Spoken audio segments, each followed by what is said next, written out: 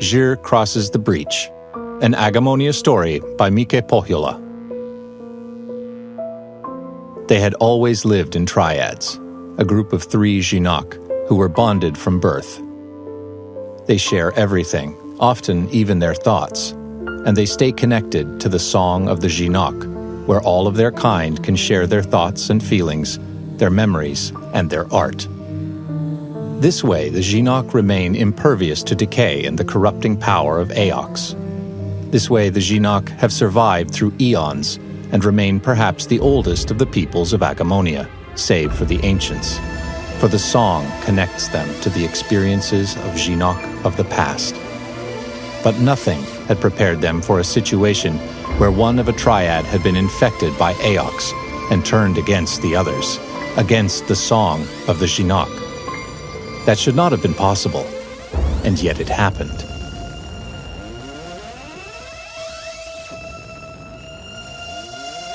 Giz Peninsula was the ancestral home of the Žinok, but few lived there anymore, not since the Ignisars of the Megaean Empire had invaded it. They had burnt the jungle, destroyed the buildings, and poisoned the waters. The Žinok had retaliated, but in the end they had to evacuate. Neek, on the western island, and Walik in the Breach were now their main homes.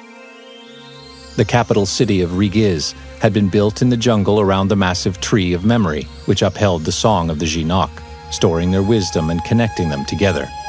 When the Žinok had abandoned Rigiz, they had taken sprouts of the tree of memory with them and planted them in their secret new home, the city of Walik. New trees of memory grew there, well guarded and well nurtured, keeping the song of the Žinok intact. It was gardeners like Žir, Woa, and Shan of the Lak Triad who took care of the trees and the other plants of Walik. Like most Žinok of their age, the cocoons where they had developed had been sheltered in Walik, and they had spent most of their lives in the Breach. But through the song of the Žinok, they understood what life had been like on Giz. Most gardeners obviously worked in gardens, not battle zones.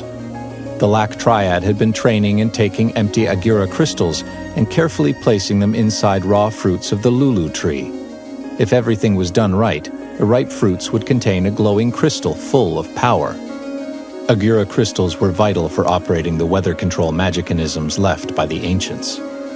Unfortunately, some Žinok gardeners did have to work in battle zones nowadays. Since many other triads had perished in Giz, the job of obtaining more sprouts of the Tree of Memory had been given to the Laks. They had opened a portal from Walik to Giz, and had been glad to bask in the welcoming sun and smell the thick scents of the jungle. The stone buildings, magicanisms of the ancients, and the trees, vines, and grasses all joined together in perfect harmony. The triad had walked all around Rigiz, and had seen 3 half-rotten memory figs which might contain precious seeds they could cultivate back home. But first, they had to get to them. A group of Ignisar Solidans was patrolling the half-destroyed jungle city, riding on their sand lizards. Amidst the immobile devices of the ancients, magical trees and flowers, and Žinok dwellings, the Solidans had become aware of the Gardener Triad and were looking for them. One of the huge armored soldiers growled, "Come out, little bodlings, or we will burn you in sacrifice to the burning sun." All 3 knew that was exactly what would happen if they did come out. They were hiding under the complex roots of an ages-old fruit tree from where they could see both of the 3 memory figs and the group of Ignisars. They tried to be as quiet as possible, but Žir heard strange whispers. It hissed at the others to be quiet, but the whispers continued. Not words exactly, but almost like speech. It was not Woa or Shan, but they were clearly coming from somewhere quite near. Almost a pleasant voice. "Not again," thought Žir. Here you are, you sunless miscreants. The scaly, horned face of an Ignisar looked at them, its head wrapped in a golden helmet, magical fire brimming all around it. Just before it managed to butcher them all with its bardiche, its eyes bulged out of its ugly head and went completely blue. Fire! The Ignisar yelled, with a voice like a thunderclap, and then fell down backwards. Behind the enemy, Gir could see a triad of Lazay Reek who had stunned the Ignisar with a poison dart between the scales. They were armed with blowpipes and golden spears specially crafted with magic to kill Ignisars, but also with powerful Jinoc magic, which was always amplified when 3 worked together and held each other by the hand, which they did. The Lazay Reek's magic made the other Ignisars shrink smaller and smaller until they were eaten by their own lizard mounts. The Lazay Reek were the special forces of the Jinoc, who wielded powerful magics and lethal weaponry. They risked their lives every day, unlike the gardeners who only risked their lives today. Be thrice greeted, gardeners, said one of the Lazay Reek as it impaled the stunned Ignisar with its golden spear, blue blood spilling everywhere. Are you unhurt? We are, said Gir. Good. You are not their main target. They hope to take down one of the weather towers, but we'll get them. The weather towers were magicanisms left behind by the ancients that could be used to control the weather on Neek Island and Giz. They were the main reason why Neek still remained independent. Go with the Trinity, Gir said, and with that the Lazay Reek departed. Gir, Wa, and Shan climbed out of their hiding place, collected the half-rotten figs, and continued on their way toward the portal to Walik. They had traveled most of the way when they noticed another group of Ignisars behind a wall of thick vines, this time foot soldiers, but much more of them. They were quite far away and would perhaps not notice the Jinoc in the middle of the lush undergrowth. Let's hurry, said Gir. Wa nodded, but Shan did something unexpected. It shrieked loudly, and for a long time.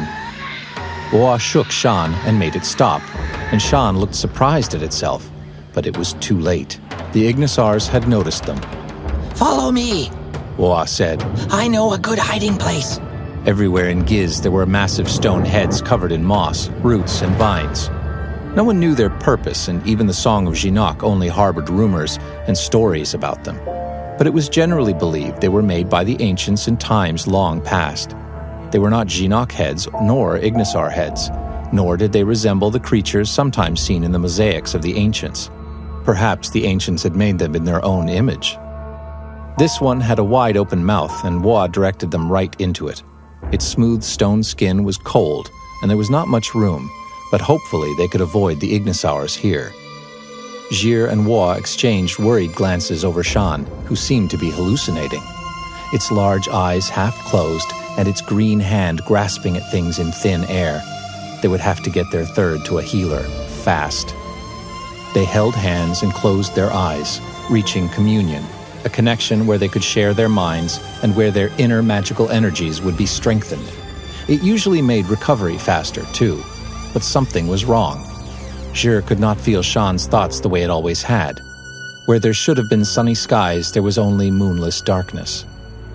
Gir opened its eyes and looked at Wa again. It nodded to let Gir know it had felt the same. Wa had worried about Shan for many weeks, Woa thought into Gir's head.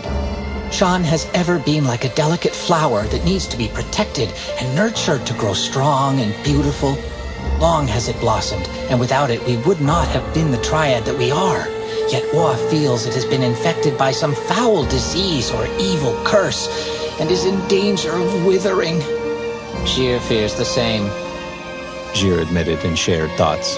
Sometimes even Gir has heard strange whispers and seen shadows without caster. Perhaps they are glimpses of whatever is ailing Shan. Woa seemed alarmed. If that is true, then we need to speak to the messengers. Gir nodded. That seemed like a good idea, but first they would have to escape Giz and get back home.